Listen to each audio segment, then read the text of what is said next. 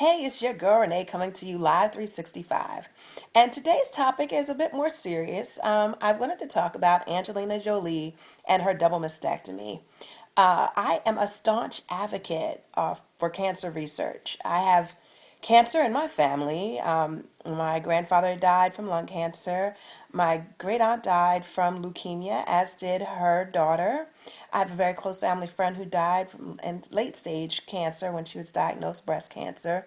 I have two very close girlfriends who were diagnosed not only with cancer, one had breast cancer, so she did have a double mastectomy, but the other one had cancer. She had leukemia that was all throughout her body, and they finally determined that, like Angelina Jolie, she had that same cancer that gave her predisposition for breast and or uterine cancer. And both of my friends have that, and they are survivors, I'm happy to say. They're warriors, as a matter of fact. But the thing I wanted to talk about was that, Angelina was able to find out that one, she was predisposed to cancer because of this gene and was able to do something about it. This option that she has is not something that is available for everyone. Access to health care in the United States, as many of us very well know, is not easy. Having private insurance or paying on your own is difficult if you don't have a job that pays up at least part of the insurance cost. It can get very pricey. Many times, the testing that is required to find out if you are predisposed to this particular types of cancer, it's not available for you. Some people don't have insurance at all, and so they're not finding out that they have cancer until it's very end stage. If you don't know, breast cancer kills black women at a much higher rate than women in any other ethnic group. And it's not because breast cancer, it's a lot different in us. Basically, what happens is that we get diagnosed at end stage when it's really too late to do anything about it. And the reason why that happens is because one, lack of access to health care. Two, I don't know, I will honestly admit that I have not had a mammogram, so I don't have the baseline.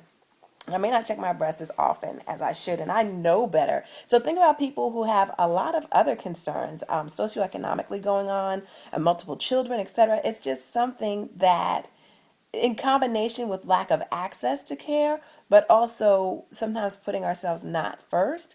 And I just think that people like Angelina, who not only have access to care, but have the resources to pay for it on their own, even if they don't have private insurance, I think it's a beautiful thing. I mean, I think it's a beautiful thing that she was able to ensure that she will be around for her children. But I did want to bring up the fact that there are so many of us who will not, which means that I, for one, will continue to fight the good fight. I will continue to work with agencies like the American Cancer Society. I will continue to work with Team in Training and raise funds, not only for cancer research, but also for people who are diagnosed with cancer, and to provide resources for them so that they can get access to care. I think it is so very important for us to be aware that there are too many people out there who do not have access to health care. And whatever you may say, however you may say it, I think that health is and should be a right for all of us.